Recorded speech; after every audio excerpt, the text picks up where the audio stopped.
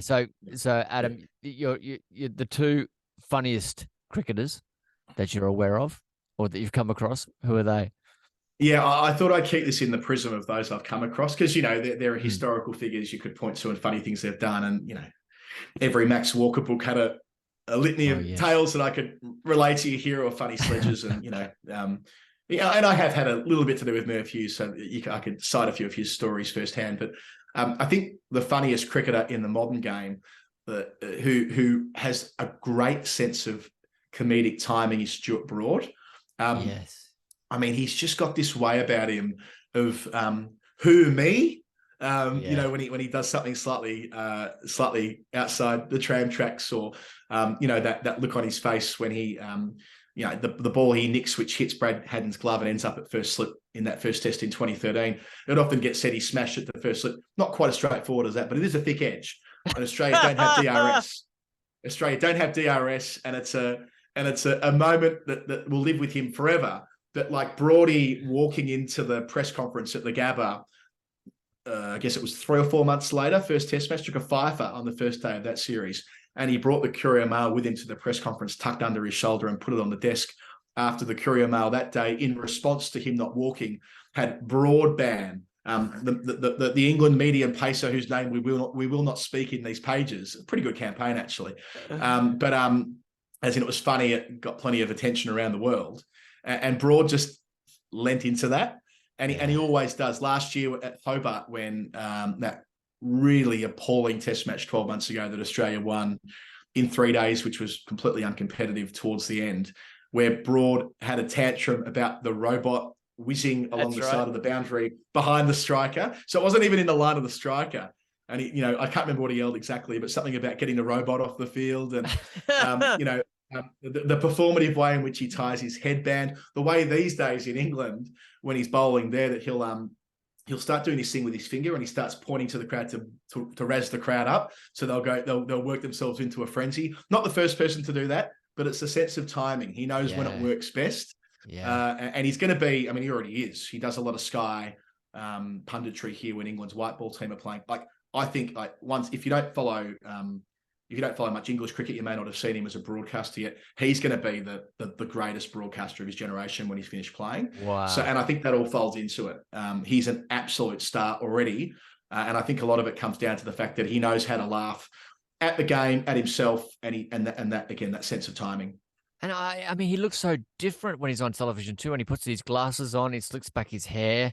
Good hair transplant, by the way, because I remember when he was going bald.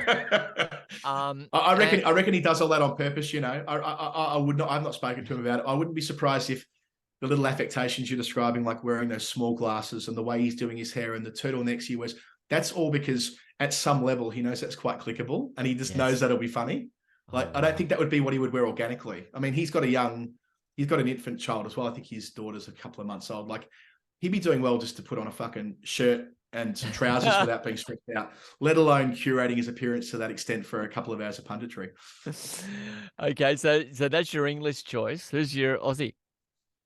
I think it's firmed up in recent years. It's got to be Justin Langer, for slightly different reasons. I mean, if Broad is the ultimate sort of self-aware cricket comic, Langer's at the other end of the spectrum, isn't he, as far as being lacking in all self-awareness in so many ways, really. And I've become probably more sympathetic to his lot in life since losing the job as the Australian coach. Like, that is a hard climb down, having had all that authority and having so many people briefing against you in the media. And look, they had to. Like, I think at the end of the day, the players had to take matters into their own hands to an extent in order to engineer a change of coach, and that was what it was. But that first documentary that Amazon made around... it was really around Justin Langer, wasn't it? They could say it was around the Australian cricket team, but it was the Justin Langer special that ran for 6 hours. And, the lack of self-awareness when talking about, like, say, Albert Jacka.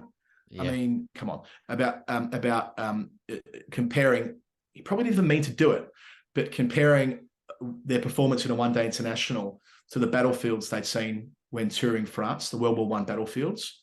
I mean, that takes a special level of cognitive dissonance, doesn't it? I mean, he is so far removed sometimes from how things will be perceived when he says them.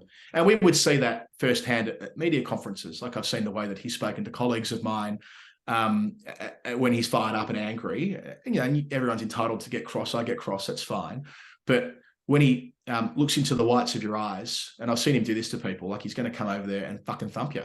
Like he's got that trigger in him, yet that's balanced out by him, like, was it kissing the Buddha doll on the way out the house or whatever it was, when he was making a documentary or encouraging the players to have a meditative process and walk on the grass in barefoot and all of that. There's these constant contradictions of how he used to sledge his young kids when playing Uno against them when he first became the Australian coach. That was a very quotable Justin Langer moment as well. So without meaning it. Yeah, I mean the waste paper moment too. Waste paper basket. Yeah, that's right. When he kicked over the basket, which was a good thing.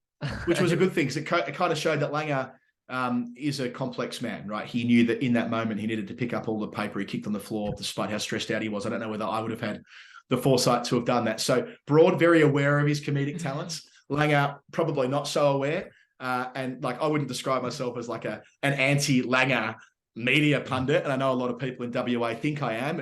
I'm not, even though he and I probably share very little in common, apart from our love of cricket. But there were certainly moments in his 4-year tenure as Australia coach which lent themselves to parody. And most of them he would have had kind of next to no idea about. And if you look at the Test 2, and you're dead right, mate, because I was thinking, what's the difference between the Test 1 and Test 2? And Test 1 was about Justin Langer, and it was captivating. You know, when you see a cat walk on screen and they're absolutely captivating because there's no self-consciousness about them at all. And that was the same thing with watching Langer. I mean, I could just watch that guy for hours. He's angry. He's happy. He's spiritual. He's, he's furious. It's like, wow, this is just fascinating. And so then you hear Andrew McDonald speak in the Test 2, and it's just this wise sage type person who's very calm, and you understand why the choice was made. Yeah, it was the most obvious change in the world in hindsight. That they wanted to take more control of their destiny. McDonald's a more process guy. He says it explicitly in the documentary. We lost the match, but did we meet all of our KPIs that would have seen us win more than not? I mean, you can never imagine Langer saying that, right? Langer was more an old-fashioned footy coach. Fire and brimstone. Yeah. Fire and brimstone, all the rest of it, which for a time, clearly, and the players say this, I think with a lot of these things, you've got to listen to what the players say. It's not about parochial and West versus the rest and over East and all that bullshit. Like the dressing room had a view that what Langer was bringing to the table was perfectly appropriate after the discombobulation of Sandpaper. But after they'd regrouped and got back on their feet again, and remember, a lot of them are older. You look at that photo after the Sydney Test match, 8 of the 11 have kids. I mean, that's very different to the dressing room that Langer inherited back in early 2018. Marnus Labuschagne's a good example of that. Like the Labuschagne arc, and I don't want to be too causative, but pre-baby, post-baby, he's a very different bloke. Yeah. Because and I've asked him about it, and I said to him, is it linked? He goes, yeah, I mean, it is linked because I'm awake in the middle of the night, and I can't be as I don't know whether he would use the word crazy, but it is a bit crazy, right? How he was before. He's lost a lot of that, and I think that's to his credit that he can see. And look, the human condition is to be laden with contradictions, right? Like I even feel like in our conversation, I'm talking about Justin Langer at the moment. I practice yoga. I meditate. I feel like I do a lot of mindfulness, and I try my very, very best to live a life like that. But I know I can blow up too. So I'm hopefully have enough awareness that when I do it, it's not being the best version of myself. But I suppose, as I said of Canberra before, that and my commentary as well, there's always room for improvement as a person, and you've just got to be aware of where your shortcomings are and try and be a better person to those who are around you at all times, and hopefully that leads to more success but greater respect as well. It's just the last thing I'll say on that. You mentioned Warner before, and then Labuschagne. You're in the Test team from a very young age, and I mean, if I was in the Test team in my early 20s, I would have been a wreck as well. Of course, you're going to grow and mature, and people make up their minds about you when you're like 23, 24 years of age, and that's not fair, almost, We'll take Matt Renshaw. Matt Renshaw walked into that dressing room, and this is pre-Sandpaper, right? So it was a different dressing room then, a lot of big dogs. And And I reckon he was 20, might have even been 19 or 20, something like that. And he developed a reputation very quickly for being an annoying little pest. Inside the first summer, well, an annoying big pest actually, is quite a tall man, but they clearly thought this guy needs knocking down a few pegs. We need to tease this guy. I interviewed him a couple of years on from that. He came to watch Somerset play Chelmsford despite having broken his finger. He could have gone back to Australia a little bit earlier, but he wanted to watch one more game that Somerset were playing, the club he was signed to, because Alistair Cook was playing for Essex, and he wanted to watch Alistair Cook bat in the flesh. So, he was there. I did a long interview with him for the magazine, and he effectively admitted and acknowledged that he was bullied by a number of his teammates, including David Warner, who's another one of these fascinating characters who he might be the most of the lot, where he has such an emphasis on self-growth, but also has the ability to be a pretty unpleasant person when he wishes to be. Thankfully, a lot less these days than when he was a younger bull, as he's known. But with Renshaw, he had this sort of, quite difficult experience as an Australian cricketer, Mark I.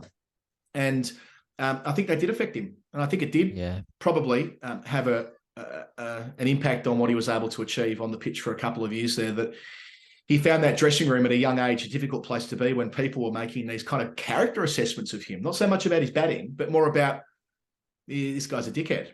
Yeah. And now he's back in the test side or in the test squad. He played in Sydney, but he'll be presumably the spare batter in India initially as a 25, 26, 27, whatever. He's got a kid as well. He's had his ups and downs. He's got married. He's been overseas a lot playing in England. And I'm really interested to see how he will go as a senior player, because I like to believe he'll remember what it was like as a junior player, and he'll be aware of that, and he'll treat the 20-year-olds and the 21-year-olds coming through with a bit more latitude than maybe he was granted in a different dressing room before they had that turning point of sandpaper in 2018, where everything seemed to change. And now they've got a captain in Pat Cummins who, gets chastised for being kind of too woke and all the other different pejorative terms that get thrown his way. But in practice, Pat Cummins is a really nice, worldly, considered young man. And I reckon having him in charge means that it should create, and has already created, a better environment inside that dressing room for people coming through.